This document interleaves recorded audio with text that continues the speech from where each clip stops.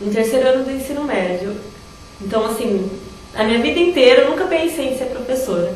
Quando a gente pensa em educação, a gente não pode descartar a ideia de que a nossa sociedade como um todo educa.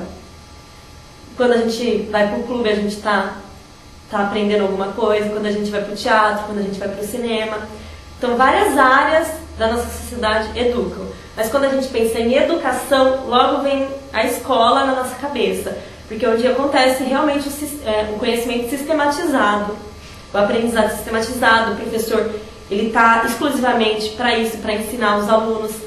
Então eu acredito que a escola ela é um espaço para a formação humana mesmo, para a formação do indivíduo como um todo. Não um indivíduo fragmentado, que só sabe português e matemática, mas um indivíduo que seja capaz de criar, um indivíduo que seja capaz de pensar criticamente, e não um indivíduo mero reprodutor de informações que a gente já vê na sociedade que já estão prontas. Agora, pensando nos recursos que o professor tem em sala de aula, eu vejo que não é um número adequado. Faltam muitos recursos, porque assim, se for pensar em um professor que quer fazer diferença, que quer sair do ensino tradicional, de um ensino que só use a lousa e o giz, e as crianças copiando, ele precisa ter material para isso. Então, o que eu vejo na sala de aula é que falta muito recurso, falta muito material. O colégio é um colégio particular, então ele tem essa capacidade e disponibilidade de materiais para estar sendo utilizado em sala de aula e fora dela. Tem diversas aulas extras que eles fazem com materiais adequados e, ao meu ver, não falta nada. Agora, pensando no tipo de conhecimento que a escola tem passado, a gente vê claramente, não só na escola pública, mas em muitas escolas particulares também, que o conhecimento ele é centrado no português e na matemática. Então se vê que desde as séries iniciais, o ensino é meramente conteudista, com a transmissão de informações, de conteúdos referentes às matérias que são consideradas prioritárias, como o português e a matemática, e são consideradas como prioritárias por quê? Porque as que vão cair nas provinhas externas da vida. E outros conhecimentos, como artes, educação física, são deixados para segundo plano. Porque em cima dessas disciplinas não vai ter nenhuma avaliação. Então a escola sim, ela focaliza as disciplinas que elas são cobradas a ensinar. E com isso a gente vê que deixa de lado uma parte da formação do indivíduo que é muito importante, que é a parte da criatividade, a parte dele pensar por conta própria, dele criar uma coisa que nunca foi criada antes. E pensando agora na forma como essas matérias, por exemplo, de artes, como ela acontece na escola, ela não visa incentivar a criatividade, muito pelo contrário, ensina a criança a reproduzir a realidade. Igual, por exemplo, uma coisa que eu já vivenciei bastante na escola é a criança, na hora de pintar um desenho, ela pergunta para a professora: professora, que cor que pode ser meu cavalo? A professora fala: cavalo é marrom, né? Ou branco, uma dessas duas cores. Aí você vê que você já está reprimindo a criança. Ela não pode pintar o cavalo de cor de rosa? Ela não pode pintar o cavalo de laranja? Ela pode, porque é dela mesma.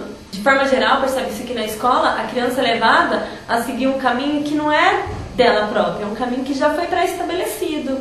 Com isso, ela está sempre percorrendo o caminho que já foi percorrido, ela sempre fica no velho, no tradicional, e não exerce a capacidade que ela tem de criar, de pensar, de inventar.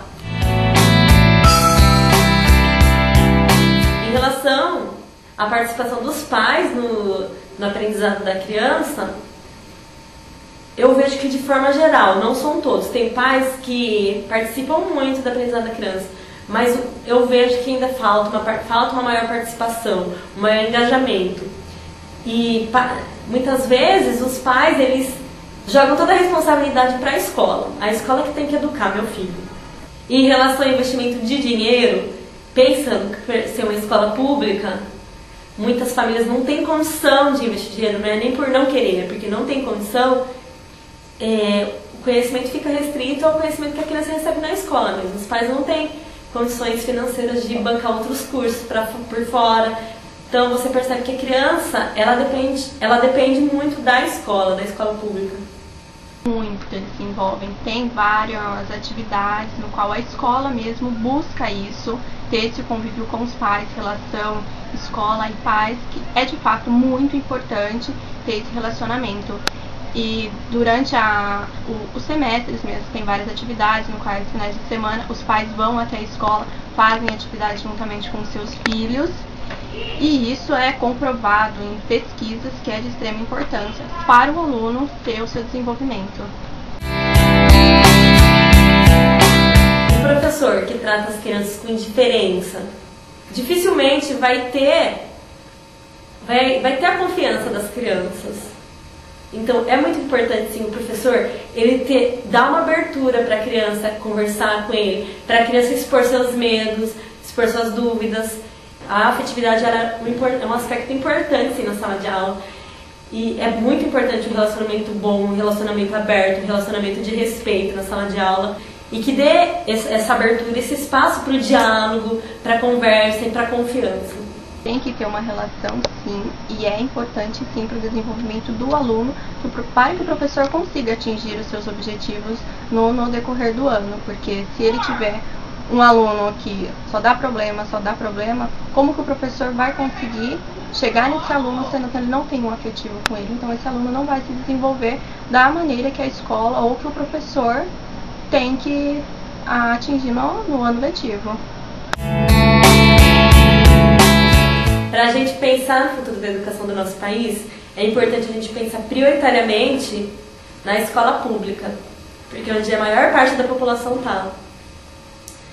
E é importante também considerar que a educação, se ela está do jeito que ela está hoje, foi por um processo histórico, uma coisa que vem sendo construída desde muito tempo atrás. E para mudar, não é de uma hora para outra. Exige muita dedicação dos profissionais, exige responsabilidade do governo. E é muito difícil ser otimista, achar que de uma hora para outra a educação vai mudar, que não vai mudar. Então, assim, o que eu espero é que no contexto que eu estiver no futuro, eu fazer a diferença naquele contexto. Porque muitas vezes eu falo, eu faço pedagogia. As pessoas não dão muito crédito. Falam, nossa, não tinha outra profissão melhor? Até mesmo professores te falam isso. Nossa, por que você escolheu essa área? Por que você não foi para outra área? E você percebe então que tem um esgotamento dos professores que estão atuando, que com salários baixos, com pouco reconhecimento, com poucos materiais para fazer suas atividades, não conseguindo sair do tradicional, não conseguindo sair do comum.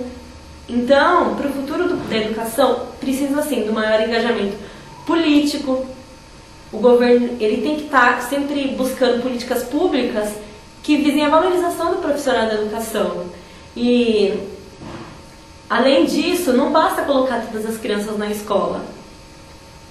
Tem que colocar mais com qualidade, porque você percebe salas numerosas e o professor acaba não dando conta. Eu vejo no meu estágio, 27 crianças de 6, 7 anos, fica muito difícil para o professor dar conta. Sem contar que estão em processo de alfabetização. Umas estão bem no começo, estão aprendendo as letras ainda. Outros já estão lendo. Como o professor vai fazer uma atividade que consiga atingir todos esses graus de desenvolvimento? Então eu acredito que para a educação melhorar, é necessário que cada professor na sua sala de aula ou em outro contexto que ele esteja atuando, que ele faça o trabalho dele com responsabilidade e que tenha consciência da importância da educação na nossa sociedade nos dias de hoje. E para finalizar, eu gostaria de citar uma frase do Paulo Freire, que foi um importante educador brasileiro. Precisamos contribuir para criar a escola que aventura, que marcha, que não tem medo do risco porque recusa imobilismo. A escola em que se pensa e que se atua, em que se cria, em que se fala, em que se ama, se adivinha. A escola que apaixonadamente diz sim à vida.